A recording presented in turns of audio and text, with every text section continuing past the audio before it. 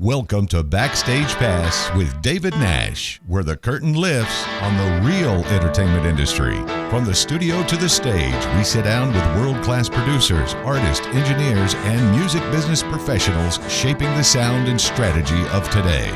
This is an insider's look at how careers are built, hits are made, and the industry really works. Let's go backstage. Now, here's Dave. Hey guys, welcome to another installment of Backstage Pass with Dave Nash, an insider's look into the music industry. With me today, really a pleasure to have in our presence Mr. Bob Willcutt. He's the owner of Willcutt Guitars here in Lexington, Kentucky. And Bob has been a luthier for as long as I've been alive, it seems. I'm 65. I know. How many years in the business? 68 or so, yeah. 68? Yeah. Wow. So I was doing a little research into your story, and I don't think there's enough time in the day for me to do a lot of research into your story because it starts pretty young. But I read something about when you were a kid, you'd actually started making models back home. And where are you originally from? Washington, D.C. Washington, D.C. So you were doing some woodworking? Yeah, not just plastic models. I was doing wood ones where you, like big sailboats or little gas-powered boats that were, you had to carve the wood and do that. So that got me used to working with wood and little basic electronics. Sure. So when did that progression go to this guitar obsession? When I was about 12, I guess my parents got me a really cheap garbagey thing. And I didn't really take off for a while, but then I started playing with a little folk group, and I did not have an electric guitar. I just had a classical guitar because they always said you had to start with a classical, which I hated. And I dropped a microphone in the sound hole and put it into a tube-driven Grundig tape recorder on hold and record, so the speaker would work. And that was my first electric. That was your first electric guitar. And there are some, I think, pictures or videos somewhere of Stokey Gorge 4 is what the folk group. But we were like 12, 13 years old, and we were playing the embassies in D.C. Right. And there's actually did a little radio spot and everything. We were just kids. It's funny. Like, I think every guest that I have on my show has that magical age of about 12 or 13 when they get their first instrument or guitar.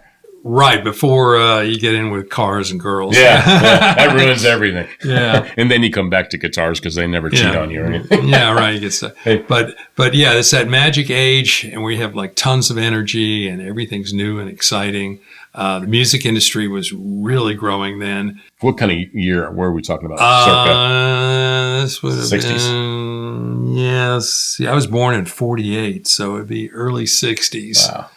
And Peter, Paul, and Mary was there, but also the Elvis thing was going on. Yeah. Yakety sax, all kinds of cool stuff. And then this is before the English invasion, which was later in the 60s. Yeah. But I grew up with all that. So I was learning and playing at the time all these things were happening. It was this wonderful time to grow up. Oh, yeah. I grew up in the probably mid to late 60s throughout the 70s. I think it was a really special time for music for sure, because you had the influences, with you, obviously from the 50s, 60s, and moving forward. Really great period for music. So that's where you got the start. When did this, and I know you came to Kentucky at some point in time in your history? I went to UK. 66. Okay. And I went into business administration. That probably helped. It helped a little bit, but I was really more interested in sociology, social work, psychology, all that kind of stuff, which helps me deal with customers. Yeah. Lesson. Yeah.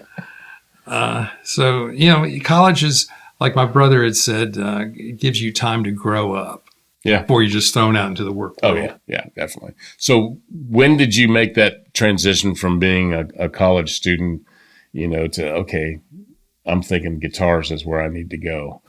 Well, when I was in college, like I said, it started around 66. So around 68, I was going around to flea markets and pawn shops and finding old instruments, and started to fix them up the best I could. There was no YouTube or everybody was very secretive. There's very few written things too. but just kind of learning. So I would go into Fred Moore music in Chevy Chase and buy parts, which he had to order in. And he said, Bob, what are you doing with all this stuff? And I told him, and I showed him some things I did.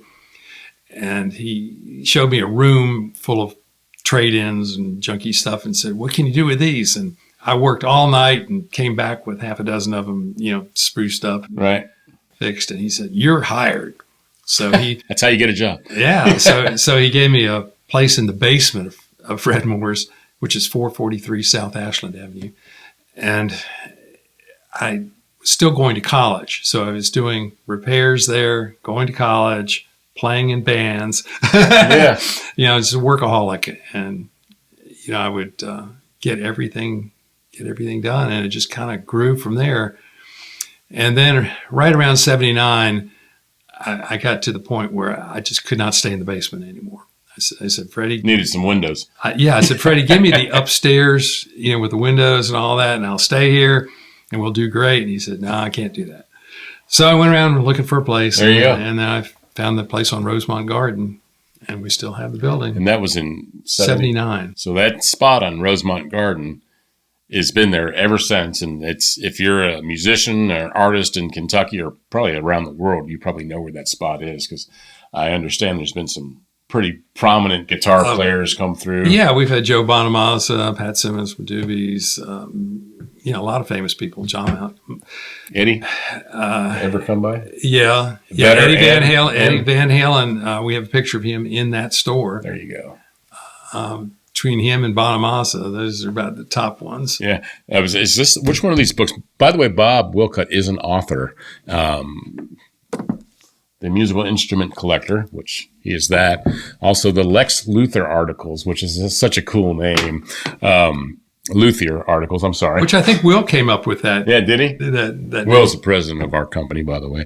But there's a foreword in this book, The Musical Instrument Collector, a foreword by this guy named Joe Bonamassa. It's pretty cool. Who gets that, man? There's Joe and Bob back in the day. Yeah. Anyway, so that's phenomenal. Let me ask you this. So the store opens up. Mm-hmm. You're a new businessman, right, in Lexington with a guitar shop of all places. What's the beginning of that process look like? Well, first of all, when I started as just repairs only. Right.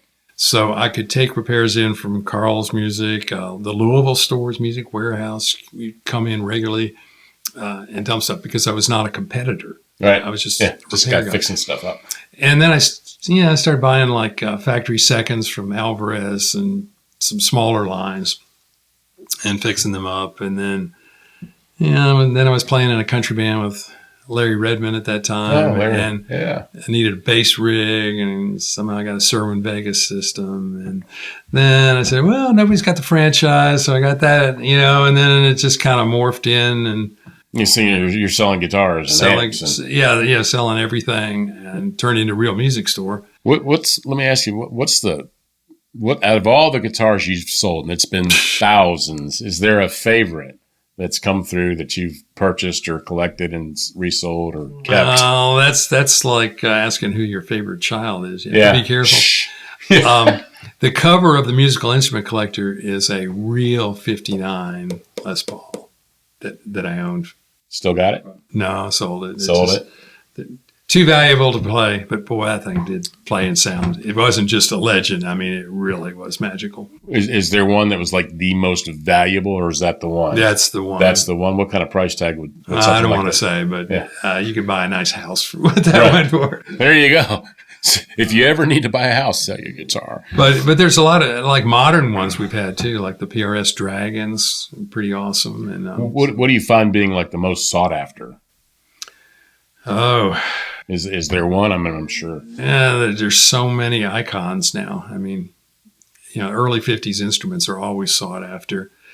But the modern things, the reproductions like Fender Relics, or Gibson's doing that too, that look like they're old and worn. Right, yeah, I've seen them. Incredibly popular and expensive.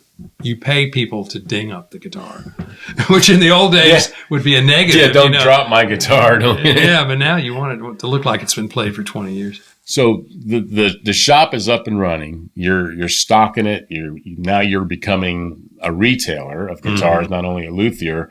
What part of your business, I mean, at that point and even at this point in time, is retail versus the luthier side of what you do? The luthiery part is still very, very important. And almost every single guitar that goes out the door, either local sales or internet, I personally check and do adjustments on. To this day. To this day. Wow. And that's very important. And I also have Ben Jacobs, who's an excellent luthier, working with me. Right.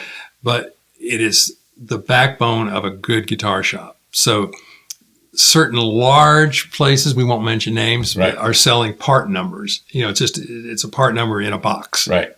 And they don't necessarily play very well. Right. Let me ask you, I know that, I mean, obviously the business model has changed dramatically in the last 25 years or so with the onslaught of the internet. It's my understanding that you've sold in every continent except Antarctica. Is that correct? Right. We're working on that. We're working on Antarctica. Yes. When it thaws out. Yeah, when it thaws out, which is going to be sooner than we think. But what portion of your sales today is like more international and online versus the actual retail shop? 98% is online. Really? Wow. And we started a website in 1998. We were one of the first. Wow. Yeah, that's the beginning. And continually upgraded. I'm a photography buff. He is. So that's really important that we have good photographs. Yeah. And every instrument there, we actually take. I don't have time to do the pictures myself, but I work with the photographers. Sure. Tell them what to do. And the lighting with really good lights and everything. And each picture is color balanced with a gray card, so that what you see there on your phone or whatever is what you're going to get. What you're going to get. So let me ask you this: because I know you do both new and pre-owned guitars, what's the balance between that? Do you think new versus maybe collectible guitars or pre-owned guitars? Now we've been pushing for the good quality used ones, so it's maybe half of the sales. Is it really? Yeah, wow. And we get really quality used instruments that some of these collectors buy something for 3 months, 6 months, and get tired of it and want something else, and they have disposable income, so they'll just trade it in. So it's like no play wear on it, and then it goes to the shop anyway, and they have buff them out and set them up. So it makes a really good deal for the next person. You familiar? What was it? The guitar, the Greeley? The Greenie. Yeah, the Greenie. Right. I had a call several years ago from a gentleman that actually was in possession of that guitar. He was down in Miami. Of the real one. The real one. And he was wanting to broker that guitar, and he had mentioned certain artists that played for a band called ZZ Top because he knew that I knew their manager, which was Carl Stubner. And so I made the call to Carl and said, hey, do you think Mr. Guitar Player ZZ Top would be interested in this? He said, do not mention that guitar to him because he will buy it. And I don't want him spending $1 million on a guitar. And I think it ultimately sold for somewhere in that area, which is insane. Well, very limited market, but for the very cool guitar. Yeah. So you as a guitar player, do you still play? Oh, yeah. Do you? What do you play? If there's one, there's probably not just one. I have a PRS McCarty is my favorite. Is it? Guitar. I've got a 56 Tele too. But McCarty's my go-to electric right now. Is it? What about acoustic side? I've got a Gibson J185, which they built for me, Oh, did they? To my specs. Oh, wow. And it's blonde, curly maple. Well, Ren Ferguson helped. Is there a Willcutt guitar? There are some, I think, that I built back in the early 70s when I was building guitars. And we put some of them I bought back, and we do have them on our website for sale. The ones that I actually made, the whole thing. Let me ask you about inventory. Because, I mean, you're selling in all around the world. What is like a current inventory? Do you keep that in stock? Is there like an in-stock number of guitars? Well, it changes hourly. Sure. But we have almost 4,000 instruments. Wow. But most of them are boxed up. Right. And temperature, humidity controlled rooms. So it's not like the old days where you'd walk in the music store and there'd be just hundreds of them on the wall. It's like we have a few of them out for demos. And if somebody wants to see something that they like, that they saw on the website, they can make an appointment. And we'll find it, pull it out of the box, have it ready for them to. Did you ever watch the documentary on Norm's guitars?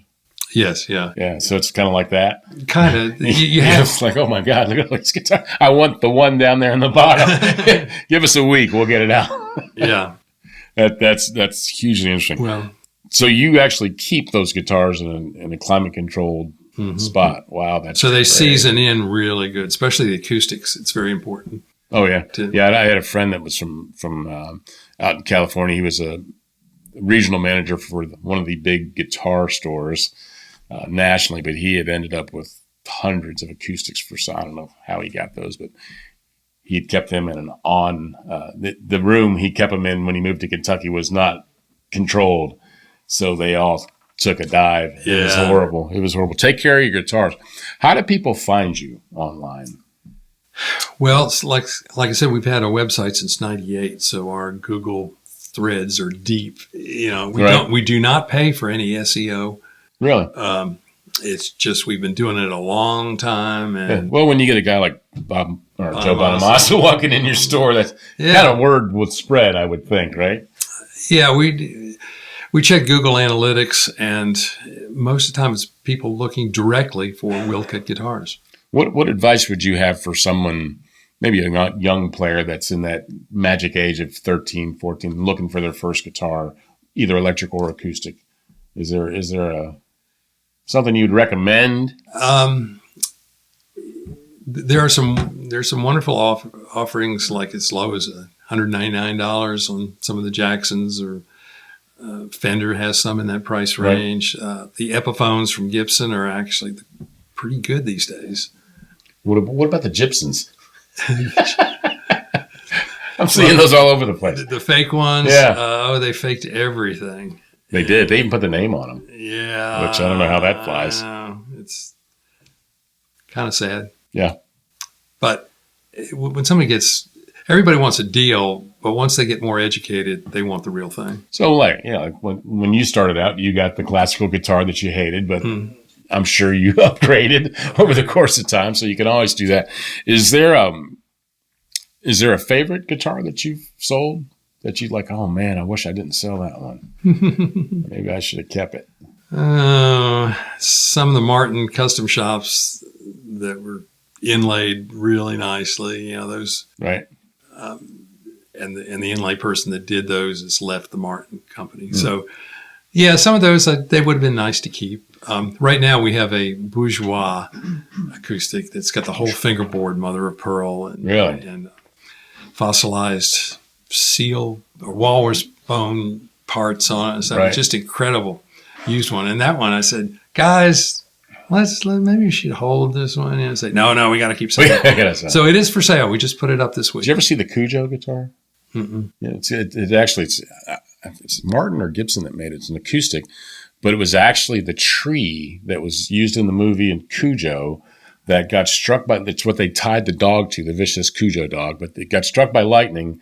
I think it was Martin that. That sounds like a Martin. They bought the tree and they made a limited run of guitars out of it. But the whole neck has got the dog, the picture of the tree, but the guitar is made from that tree. Oh, that is cool. Yeah, they bought.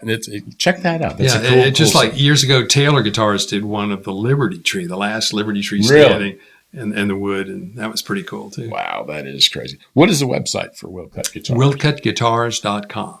2 L's, 2 T's. WILLCUTT. Guitars.com. That's cool. So what are you doing now? I mean, you're not a spring chicken, as I'm not. He's got a couple years on me, but what's the game plan? Well, I've got a really good. First of all, I still go in the store like maybe 4 hours a day now. Wow.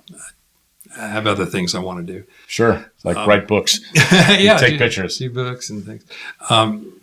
James Atkins is the president of my company now, so he handles all the ordering, administrative, day-to-day stuff, and he does a wonderful job. He's great. In fact, my whole team is excellent. So I can walk away. The legacy will live on. Yeah, we've got plans for decades to come. So after I'm gone, it'll still keep. Is Angie still performing? That's his daughter, Angie. Yes. I actually worked with Angie in artist development years ago. Yeah, I have 2 daughters and a son. Angie is a professional performer now. She tours constantly. Yeah. and she's got a European one coming up Wow. here in about a month. That's funny. I remember bringing her in. We had her here in artist development when she was a fairly young teen. Yeah, just a kid. Yeah, and she was just like, just so timid. And then she's evolved into Oh, yeah. Check her out on Artificial Go. Artificial Go. Is that a .com or just Artificial Go? That's like on YouTube, Instagram, Facebook. Yeah, it's pretty cool. It's totally. She is like full of energy and, obviously singing, but she just moves all the time. She moves the crowd. Any of your other children following a musical path at all? Not really. My son John has helped out a little bit, but it's hard to do what your dad does. Yeah. Well, my dad flew airplanes and ran casinos. I didn't want to do either one of those things. Yeah, you want to do your own thing. Yeah, I wanted to be a drummer and talk music for the rest of my life. And there's something that Paul McCartney said: you don't work music, you play music. So I said, I don't want to be a player. I'm going to play. Yeah, have fun. If I can get paid to play, hey, I'm going to. It's icing on the cake. It's icing on the cake. Yeah. So you guys, Bob, you are a published author. I know you've done like the Musical Instrument Collector book, which is great. The Lex Luthier articles, which is a phenomenal book. Gratz Park book, tell me about this one. Okay. I've done 6 of these high quality photography oriented ones where I do all the photography, put it together. I usually work with a qualified historian. Like this was done with Jeremy Popkins, who was the head of the UK history department. And he did the research. And I also restore antique photos. Oh, really? So I've done 6 of these, which take years to do. Is there a book in the process now? Are you currently the next one coming out is about the Belcourt area. Oh, yeah. That's got some history. Which is a beautiful place. And there's the studio players do the theater things there, and the houses are really cool, and the neighborhood's very positive. So that's the next one coming out. It's all done. We're just waiting for the print. Very cool. You guys, if you are a guitar aficionado, if you're a 12-year-old that's wanting to, say, hey, man, I think guitar playing might be pretty cool. Let me go get one. Check out Willcutt Guitars here in Lexington, Kentucky. Master luthier Bob Willcutt's been doing this all of his life pretty much and has great stories. I'm sure if you go in the store, you can probably get him to tell you a couple. He's got a minute. He only works 4 hours a day, so he's maximizing his time. Check out his books. We're going to add some links to all of his, to not only the store, but to some of his books on Amazon that you can get. But it's really cool talking to you because such a history in the music business and just doing the things that, guitars are so cool. They are. I'm a drummer, but I have like 5 guitars, and I'm not a great guitar player by any stretch of the imagination, but I love them because they're pretty. They're pretty. And you can put your arms around. Yeah, you hold them. Touch it. It's very tactile. And they don't talk back. Well, they do, but it's always musical, so it's okay. Unless you hit a bad chord. And they don't take up a lot of room. No, they don't. So you always need one more. Well, this is the guy that has 5,000 guitars, says they don't take up a lot of room. 4,000. 4,000. That's not exaggerating. Yeah, I overestimate that. Bob, it's been a pleasure having you on today. Again, guys, if you want to check out Willcutt Guitars, you can find them online anywhere. A lot of great content. We're going to put some links up to his books that are available on Amazon. And again, Mr. Willcutt, it was a pleasure having you on today, and maybe we'll get you back and tell some more stories. Sounds great. Guys, tune in next time. This has been Backstage Pass with Dave Nash, an insider's look into the music industry. Have a great day.